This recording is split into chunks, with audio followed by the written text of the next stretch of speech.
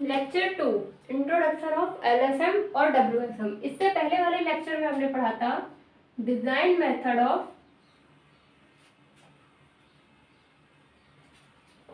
RCC. क्या था design method of RCC? LSM और डब्ल्यूएसएम। आज हम इनके बारे में पढ़ते हैं एलएसएम और डब्ल्यूएसएम क्या होते हैं। तो हम एक साथ ही जान लेते हैं डब्ल्यूएसएम और एलएसएम क्या होते हैं।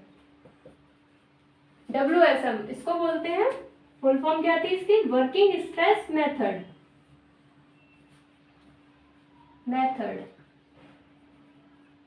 हिंदी में इसको बोलते हैं कार्यकारी प्रतिबल विधि। कार्यकारी प्रतिबल विधि। एलएसएम होता है लिमिट स्टेट मेथड। सीमा स्थिति विधि। अब ये किस कॉन्सेप्ट पर कार्य करते हैं? पहला, डब्ल्यूएसएम मेथड जो है वो कार्यकारी भारों को आधार मान के कार्य करता है। कार्यकारी वर्किंग लोड कार्यकारी भारों को आधार मानता है। लिमिट स्टेट मेथड जो है ये चरम भारों को आधार मानता है। नेक्स्ट है डब्ल्यूएसएम मेथड जो है ये मटेरियल के लिए, कंक्रीट और स्टील के लिए फैक्टर ऑफ सेफ्टी का प्रयोग करता है। सुरक्षा गुणांक का प्रयोग करता है।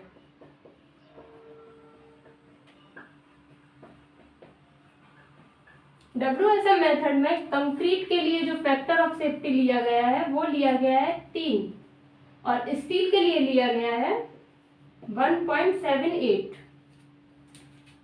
लिमिट स्टेट मेथड में पार्शियल फैक्टर ऑफ सेफ्टी को प्रयोग किया गया है। पार्शियल फैक्टर ऑफ सेफ्टी जिसे लोड फैक्टर भी कहते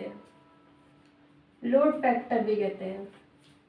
कंक्रीट के लिए पार्शियल फैक्टर ऑफ सेफ्टी जो होता है वो होता है 1.5 और स्टील के लिए होता है 1.15। डब्ल्यूएसएम मेथड हुक्स लॉ को फॉलो करता है। हुक्स लॉ को मानता है। एलएसएम मेथड जो है वो हुक्स लॉ को कंसीडर नहीं करता है। हुक्स लॉ को नहीं मानता।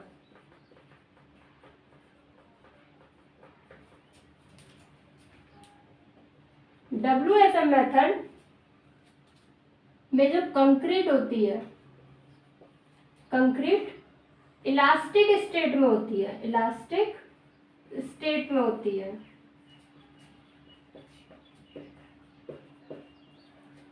एलएसएम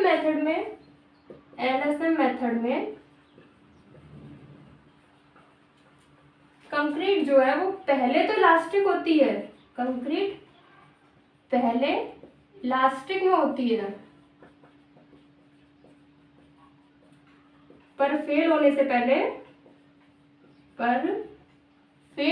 पहले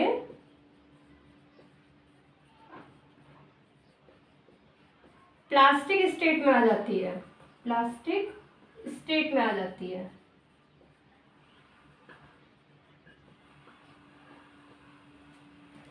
डब्ल्यूएसएम मेथड में जो स्ट्रक्चर यूज किया जाता है, जो सेक्शन यूज किए जाते हैं कंक्रीट के, वो काफी बड़े होते हैं। कंक्रीट और स्टील के सेक्शन काफी बड़े होते हैं।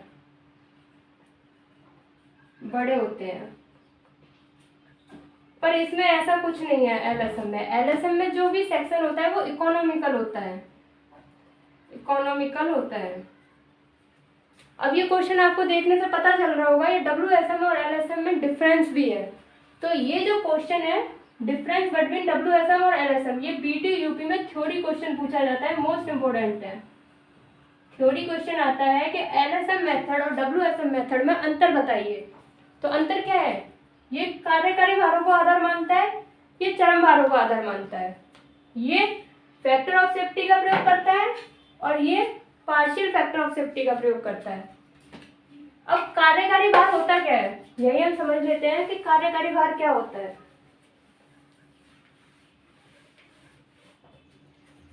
कार्यकारी से मतलब क्या है, जो किसी स्ट्रक्चर पर कार्य कर रहा है या किसी स्ट्रक्चर को जिस कार्य करने वाले लोड के लिए डिजाइन किया गया है वो उसका कार्यकारी भार होता है, वर्किंग लोड। और चरम भार क्या होता है, चरम भार होता है वह अधिकतम भार जिससे अधिक भार पर हमारा स्ट्रक्चर फेल हो जाए, उसे अल्टीमेट लोड कहते हैं। जैसे कि आपका कोई मैरिज होम का हॉल है, इसको 100 लोगों के लिए डिजाइन किया गया है, 100 पर्सन के लिए डिजाइन किया गया है किसी मैरिज होम को। कोई भी चीज को हम डिजाइन करते हैं तो उसका फैक्टर क्या होता है, लोड। डिजाइन कर रहे हैं, बना रहे हैं, तो उसको हम इस बेस पर बनाते हैं कि वह कितना वजन सह सकता है। तो ये जो वजन होता है, लोड होता है, ये डिजाइन का मेन फैक्टर है। तो जब WSM मेथड को लेते हैं तो हम वर्किंग लोड को लेते हैं। वर्किंग लोड क्या है, अगर हमने कह दिया कि हमें एक मैरिज हॉल बनाना है जिसमें 100 लोग, मैरिज हॉल है 100 लोग आते हैं, तो 100 लोगों का वेट क्या हो जाएगा, 100% का वेट वर्किंग लोड हो जाएगा। लेकिन ऐसा नहीं है कि इस स्ट्रक्चर पर सिर्फ 100 ही पर्सन का वेट झेल सकते हैं। इस पर कभी हो सकता है ओकेजन पर, बड़े इवेंट पर 500 लोग आए, 500 पर्सन आए, उसको भी क्या किया, इस स्ट्रक्चर ने झेल लिया। लेकिन हर चीज की अपनी एक लिमिट होती है। अगर यही पर्सन 1000 पर्सन हो जाए, और कभी कभी होता है बिल्डिंग गिर गई, बिल्डिंग तभी गिरती है जब उसके अल्टीमेट लोड से ज्यादा लोड उसके ऊपर वर्क करता है। अगर इस बिल्डिंग को 100 लोगों के लिए तो बनाया गया था वर्किंग के लिए, पर उसमें आ गए 1000 पर्सन, तो आपकी बिल्डिंग क्या होगी, फेल हो जाएगी। तो ये जो 1000 पर्सन का वेट है, ये कहलाएगा आपका अल्टीमेट लोड। इससे अधिकतम अल्टीमेट लोड, इससे अधिकतम वजन पर वो बिल्डिंग फेल हो गई। ठीक है। अब ये जो फैक्टर ऑफ सेफ्टी है, ये क्या होता है, हमने कहा कि WSM method factor of safety का प्रयोग करता है। कोई भी चीज है उसको उसकी स्ट्रेंथ तक के लिए डिजाइन नहीं किया जाता। अगर हमारी M20 ग्रेड की कंक्रीट का स्ट्रक्चर है, तो इसके लिए इसकी FCK कितनी होगी, 20 न्यूटन पर mm²। ये आप सिटी में पढ़ ही चुके हैं। तो अगर M20 ग्रेड कंक्रीट का स्ट्रक्चर हम डिजाइन कर रहे हैं, तो उसके लिए जो वर्किंग स्ट्रेस, जो जिस स्ट्रेस पर उसको डिजाइन करेंगे, वर्किंग स्ट्रेस होगा FCK, उसकी जो स्ट्रेंथ है FCK अपॉन में फैक्टर ऑफ सेफ्टी। अगर M20 ग्रेड की कंक्रीट है तो 20 रखेंगे, और फैक्टर ऑफ सेफ्टी WSM में कंक्रीट के लिए कितना है, 3। तो इस 3 से हम FCK को डिवाइड कर देंगे 6.6। ये क्या आ जाएगी, वर्किंग स्ट्रेस जिस पर हमको अपना स्ट्रक्चर को डिजाइन करना है। अगर ऐसे ही स्टील की बात करें, ये तो कंक्रीट के लिए हो गया। अगर हम स्टील की बात करते हैं तो स्टील के लिए हमारा Fe 250 की, अगर आपने कंक्रीट ली है, स्टील ली है Fe 250 की, तो स्टील के लिए वर्किंग स्ट्रेस क्या हो जाएगा, स्टील के लिए जो वर्किंग स्ट्रेस है वो हो जाएगा आपका Fy अपॉन में फैक्टर ऑफ सेफ्टी। स्टील के लिए कितना था, 1.78। ठीक है। और Fy ये 250 है, तो 250 बट्टे में 1.78 कर दोगे। अगर 250 की जगह 415 होगी तो 415 कर दोगे यहाँ पर। लेकिन फैक्टर ऑफ सेफ्टी 1.78, मतलब कि इस 415 का सिर्फ 1.78 गुना ही हम क्या लेंगे, उस स्ट्रेंथ को डिजाइन करेंगे। जैसे यहाँ पे हमने क्या किया था, 20 का तिहाई ही हमने डिजाइन किया। डिजाइन में हमने 20 जो उसकी स्ट्रेंथ थी, उसकी तिहाई स्ट्रेंथ के लिए ही डिजाइन किया है। और अगर स्टील लिमिट स्टेट में बात आती है, तो लिमिट स्टेट में सेम ऐसे ही 1.5 डिजाइन स्ट्रेस निकालेंगे। डिजाइन स्ट्रेस FCK अपॉन में 1.5 से कंक्रीट के लिए। स्टील के लिए निकालेंगे तो Fy अपॉन में 1.15। इस तरीके से हम अपने डिजाइन स्ट्रेस निकाल लेते हैं दोनों ही मेथड के लिए अलग अलग। अब थर्ड पॉइंट था हमारा, ये हुक्स लॉ को मानता है। हुक्स लॉ आप जानते हैं क्या होता है, प्रतिबल विकृति के समानुपाती होता है। इस मेथड ने ये मान के चला है कि जितना स्ट्रेस है उतना ही उसमें स्ट्रेन बढ़ रहा है। अगर स्ट्रेस लगेगा, जितना स्ट्रेस लगेगा उतना ही स्ट्रेन बढ़ेगा, उतनी ही उस स्ट्रक्चर में विकृति होगी। लेकिन एलएसएम मेथड ने ऐसा कुछ भी कंसीडर नहीं किया है, उसने हुक्स लॉ को फॉलो नहीं किया है। कंक्रीट इलास्टिक स्टेट में होती है इसमें, और इसमें इलास्टिक में होती तो है लेकिन फेल होने से पहले वो प्लास्टिक स्टेट में आ जाती है। इसमें जो सेक्शन है, क्योंकि हम स्ट्रेंथ काफ़ी कम लेते हैं इसलिए जो हमारा मटेरियल जो स्ट्रक्चर बनता है, सेक्शन बनता है, काफ़ी बड़ा बनता है। उसमें काफ़ी ज़्यादा कंक्रीट यूज़ होती है और काफ़ी ज़्यादा स्टील यूज़ होती है, जिससे ये स्ट्रक्चर क्या होते हैं, महंगे पड़ जाते हैं। और ये वाले स्ट्रक्चर इनको इस तरीके से डिज़ाइन किया जाता है कि कंक्रीट भी कम लगे और स्टील भी कम लगे, तो ये हमें इकोनॉमिकल पड़ जाते हैं एलएसएम मेथड में। तो ये जो क्वेश्चन है ये आता है थ्योरी के लिए, difference between LSM method and WSM method. अब हम एक और थ्योरी क्वेश्चन को समझ लेते हैं जो कि एलएसएम और डब्ल्यूएसएम से ही है।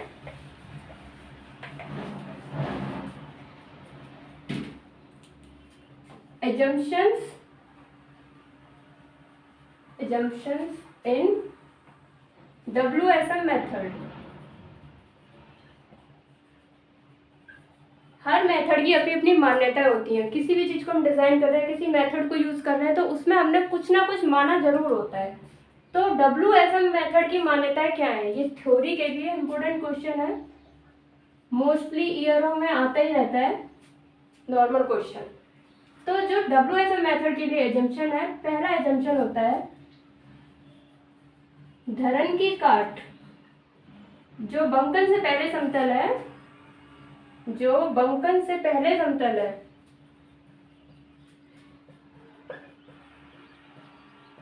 बंकन के पश्चात भी समतल रहेगी, बंकन के पश्चात भी समतल रहेगी,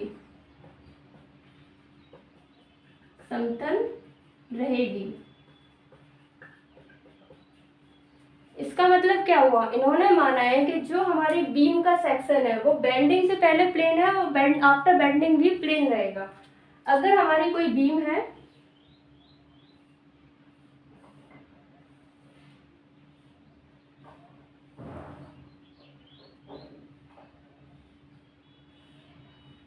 ये कोई बीम है, काट क्या होता है इसका फेस, ये बीम की लेंथ है और ये बीम का फेस है ये।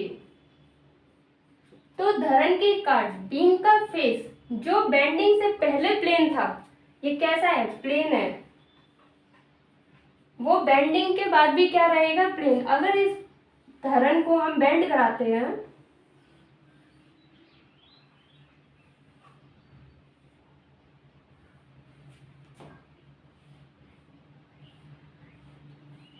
अगर किसी रबड़ को आप लेकर बेंड करते हैं तो आपने देखा होगा उसकी लंबाई बेंड होती है, उसकी लंबाई बेंड होती है, ना कि उसका फेस। इसका मतलब है कि अगर इसको हमने बेंड से पहले जो इसका फेस प्लेन था वो आफ्टर बेंडिंग भी प्लेन है, इसके फेस में कोई चेंजेस नहीं आएगा, सिर्फ इसकी लेंथ में चेंजेस आएगा। जो बेंड होगी उसकी लेंथ बेंड होगी, ना कि उसका फेस। ये हमारा पहला एजम्पशन है। दूसरा एजम्पशन,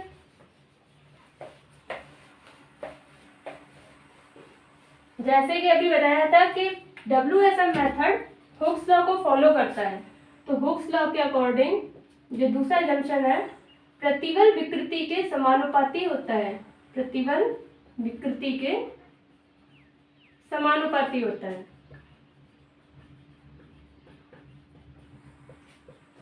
अर्थात इसका मतलब है कि जो हमारा प्रतिबल विकृति आरेख बनेगा, प्रतिबल विकृति आरेख सरल रेखीय होगा, आरेख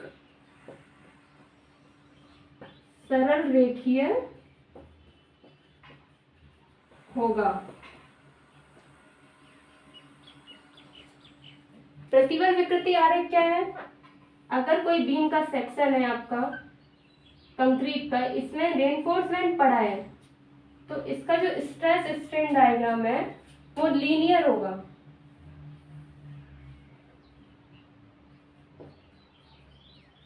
स्ट्रेन डायग्राम कैसा है? लीनियर, सरल रेखीय।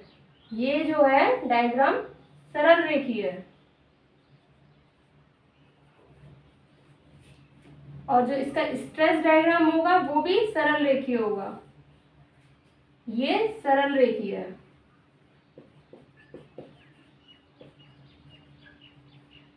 स्ट्रेस डायग्राम क्या है? प्रतिबल विकृति के समानुपाती है, इसलिए प्रतिबल विकृति आरेख सरल रेखीय है। अगर ये बीम का सेक्शन लिया है तो इसके लिए जो विकृति का आरेख बना है वो भी सरल रेखीय है, और जो प्रतिबल का आरेख बना है वो भी लीनियर है। तो प्रतिबल विकृति आरेख सरल रेखीय है। थर्ड पॉइंट है, स्टील सभी तनन प्रतिबलों को सहन करता है। मतलब कि अगर हमारे सेक्शन में जितने भी तनन प्रतिबल उत्पन्न हो रहे हैं, सभी तनन प्रतिबल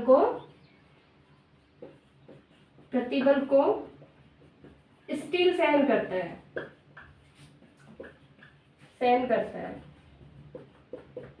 सिंपल है, हमने आरसीसी में स्टील को डाला ही किस लिए है?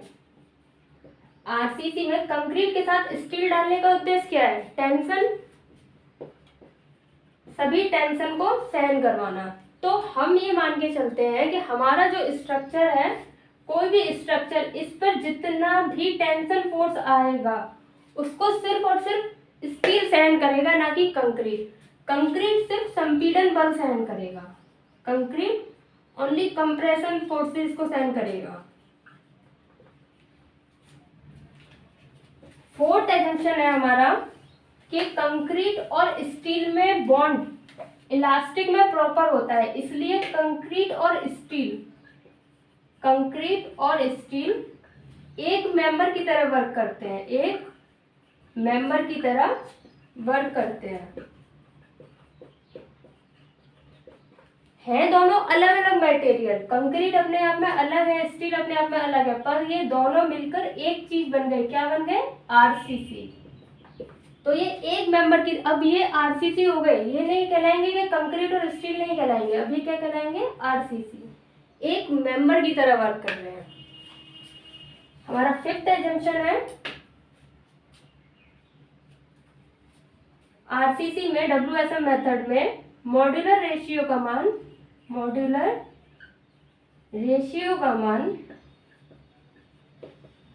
m equal to 280/3 sigma CBC लिया गया है।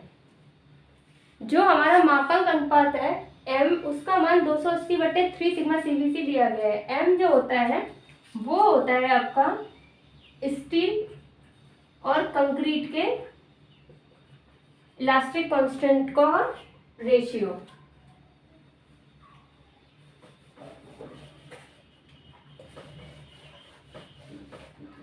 m equal to ES/EC। Steel में उत्पन्न प्रत्यास्थ मापांक अनुपात और कंक्रीट के प्रत्यास्थ मापांक अनुपात का जो अनुपात है, रेशियो है, वो होता है m, स्टील और कंक्रीट का, जिसकी वैल्यू ES/EC है। बट हमने अपने एजम्पशन में इसकी वैल्यू को m equal to 280/3 sigma CBC माना है। अब इसमें ये जो सिग्मा CBC है ये क्या है, हम इसको जानते हैं जरा कि सिग्मा CBC का रोल क्या है। हमारा था m equal to 3/280/3 sigma CBC। तो ये जो सिग्मा CBC था, इसका रोल क्या है? ये होते हैं परमिसिबल स्ट्रेस। जैसे आप जानते हो सिग्मा क्या होता है? Permissible stress. तो WSM मेथड में कंक्रीट और स्टील के लिए अलग अलग परमिसिबल मेथड होते हैं। कंक्रीट के लिए पहले बात कर लेते हैं क्या होते हैं। परमिसिबल स्ट्रेस इन WSM इन कंक्रीट। कंक्रीट के लिए जो सिग्मा CBC की वैल्यू होती है, ये ग्रेड पर डिपेंड करती है। जैसे जैसे कंक्रीट का ग्रेड होगा, क्योंकि कंक्रीट का ग्रेड होता है, कंक्रीट के ग्रेड के अकॉर्डिंग ही सिग्मा सीबीसी की वैल्यू होती है। अगर हम M15 ग्रेड की कंक्रीट की बात करें तो इसके लिए सिग्मा सीबीसी की वैल्यू होती है 5 न्यूटन पर mm²। सिग्मा सीबीसी की वैल्यू होती है 4 न्यूटन पर mm²। M20 ग्रेड की बात करें तो M20 ग्रेड के लिए सिग्मा सीबीसी होता है 7 न्यूटन पर mm²। ये IS कोड की वैल्यू है जो आपको लर्न रखनी है अपने क्वेश्चनों के लिए। सिग्मा सीसी की वैल्यू होती है 5 न्यूटन पर mm²। M25 ग्रेड की बात करें तो M25 ग्रेड के लिए sigma CBC equal to 8.5 newton पर mm²। Sigma CC equal to 6 newton पर mm²। अब यहाँ सिग्मा सीबीसी और सिग्मा सीसी है क्या? सिग्मा सीबीसी, सिग्मा जो होता है वो परमिसिबल स्ट्रेस को डिनोट करता है। किसको? परमिसिबल स्ट्रेस को, अनुमेय प्रतिबल को। Permissible stress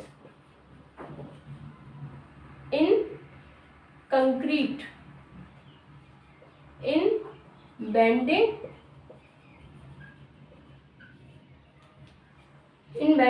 compression, bending compression.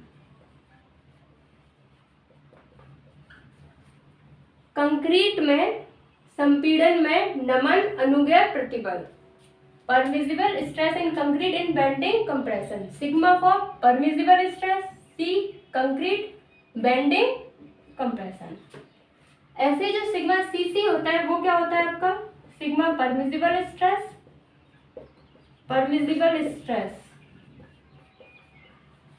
In concrete in direct compression. तो देखिए हम लोगों को जैसे पता ही है कि जो हमारा बेंडिंग कंप्रेशन होता है, बेंडिंग जो होती है वो किस में होती है? बीम के लिए यूज होती है। और डायरेक्ट कंप्रेशन लोड जो आते हैं वो आते हैं कॉलम पर। तो जब हम अपने डिजाइन स्ट्रक्चर को डिजाइन करेंगे तो बीम के लिए हम वैल्यू लेंगे सिग्मा सीबीसी की। लेकिन अगर हम कॉलम को डिजाइन करते हैं तो कॉलम के लिए हम वैल्यू चूज करेंगे सिग्मा सीसी वाली। सिग्मा सीसी की वैल्यू को जिन स्ट्रक्चर पर डायरेक्ट कंप्रेशन आता है उसके लिए यूज करना है। अगर हम बीम को डिजाइन करते हैं तो हम क्या देखेंगे? कंक्रीट की ग्रेड, अगर M20 ग्रेड की कंक्रीट है तो हम ये वैल्यू रखेंगे सिग्मा सीबीसी की। 25 की है तो हम ये रख देंगे, पर किसके लिए? बीम के लिए। और वहीं अगर कॉलम की बात आती है तो कॉलम के लिए जैसे ही ग्रेड होगी कंक्रीट की, M20 है तो ये वैल्यू, M25 है तो ये वैल्यू, 15 है तो ये वैल्यू। तो ये किस पर डिपेंड कर रहे हैं? कंक्रीट के ग्रेड पर। बस आपको डिजाइन में ये याद रखना है कि आप डिजाइन बीम के लिए कर रहे हैं या कॉलम के लिए। तो ये तो थे कंक्रीट के। अब बात करते हैं permissible stress in steel.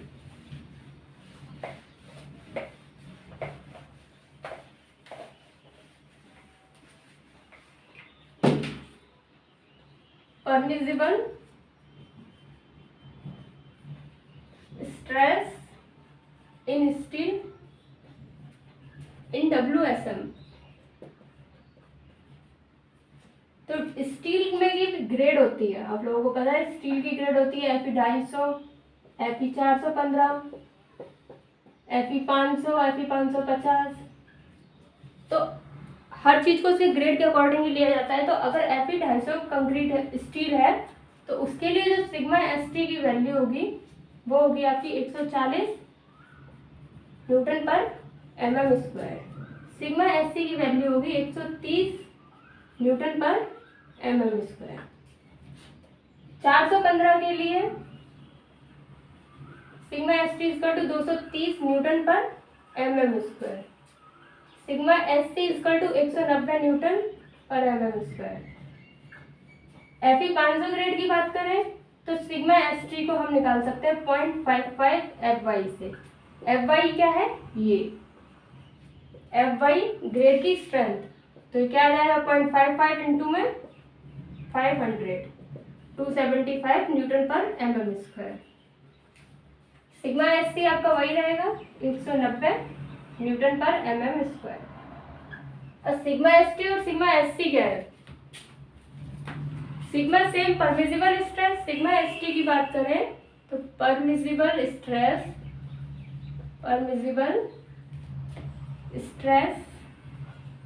In steel in tension. Sigma for permissible stress in steel, S steel, T for tension. और सिग्मा एस सी की बात करें तो सिग्मा एस सी है परमिसिबल स्ट्रेस